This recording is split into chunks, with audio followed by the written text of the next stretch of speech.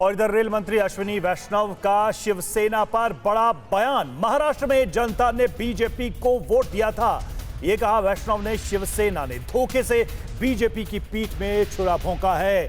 शिवसेना को सत्ता में रहने का अधिकार नहीं है। तो बीजेपी की तरफ से बयान आ रहे हैं और खासकर आप देखिए वैष्णव ने यह बयान दिया और सीधे तौर पे कहा है कि धोखा दिया शिवसेना ने जनता को।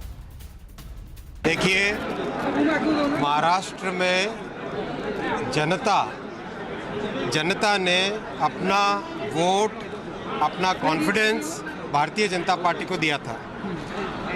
वहाँ पे धोखे से पीठ में छुरी घोंप के जो सरकार बनी, वो सरकार का कोई मॉरल राइट नहीं है। उस सरकार का कोई मॉरल राइट नहीं है।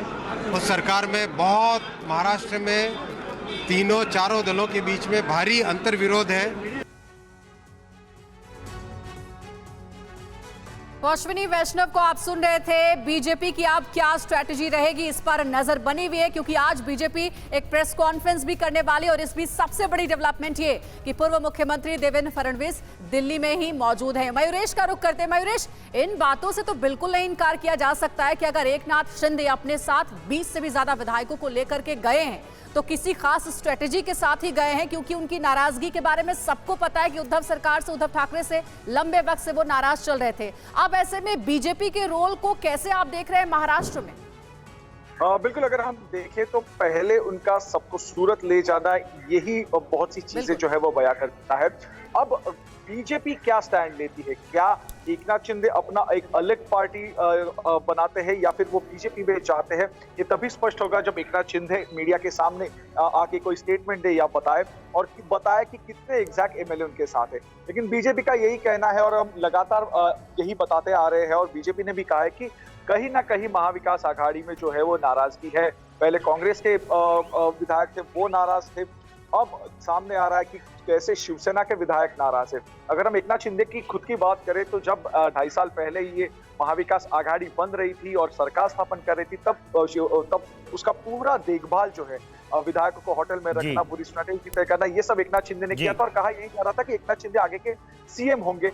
लेकिन ऐसा हुआ नहीं। उनको जो है वो अर्बन डेवलपमेंट डिपार्टमेंट पे ही जो है वो सीमित। मयूरेश, आपके पास इसे लेकर क्या कोई जानकारी है कि एकनाथ शिंदे से संपर्क में है बीजेपी के बड़े नेता या खुद देवेंद्र फडणवीस का इन्वॉल्वमेंट है इसमें? अंदर खाने से आपके पास सोर्सेस के हवाले से क्या कुछ अपडेट इसे लेकर मिल पाई है? जी बिल्कुल, अभी तक ऑफिशियली कोई कुछ नहीं कह रहा है बीजेपी की तरफ से। वो कह रहा है कि ये शिवसेना का अंदरूनी मामला है। लेकिन अगर हम डॉट्स को ज्वाइन कुल मिलाकर बात यह है मयूरेश जी, कुल मिलाकर बात यह है कि हमेशा से ये बात सामने आ रही है कि अंदर खाने पहले से ही ये जो जख्म थे ये चल रहे थे जब सरकार बनी थी तभी से। हमारे साथ किशोर तिवारी जी जुड़े हुए हैं। किशोर तिवारी जी, अभी तक जो खबर आ रही है और हमारे साथ ये डैनियल जी भी जुड़े हुए हैं, उन्होंने कहा कि ये पहले से ही मामला चल रहा था, यहाँ तक कि सरकार की कार्यप्रणाली उन्हीं के विधायकों को पसंद नहीं थी। मैं रामकृपाल जी की बात से सहमत हूँ कि बीजेपी को यह सत्ता जाना पचा नहीं था। तो बीजेपी पहले महीने से ही ये ट्राई कर रही थी। पहले तो उन्होंने एनसीपी के कुछ लोगों को तोड़ा, फिर वो 3 साल से यही ट्राई कर रही थी।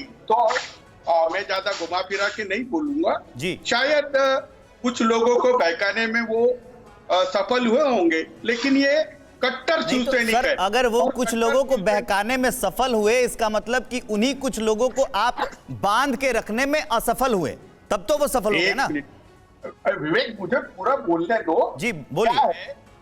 जिस तरीके की राजनीति बीजेपी पैदा कर रही है, ये करप्ट प्रैक्टिसेस बीजेपी डेवलप कर रही।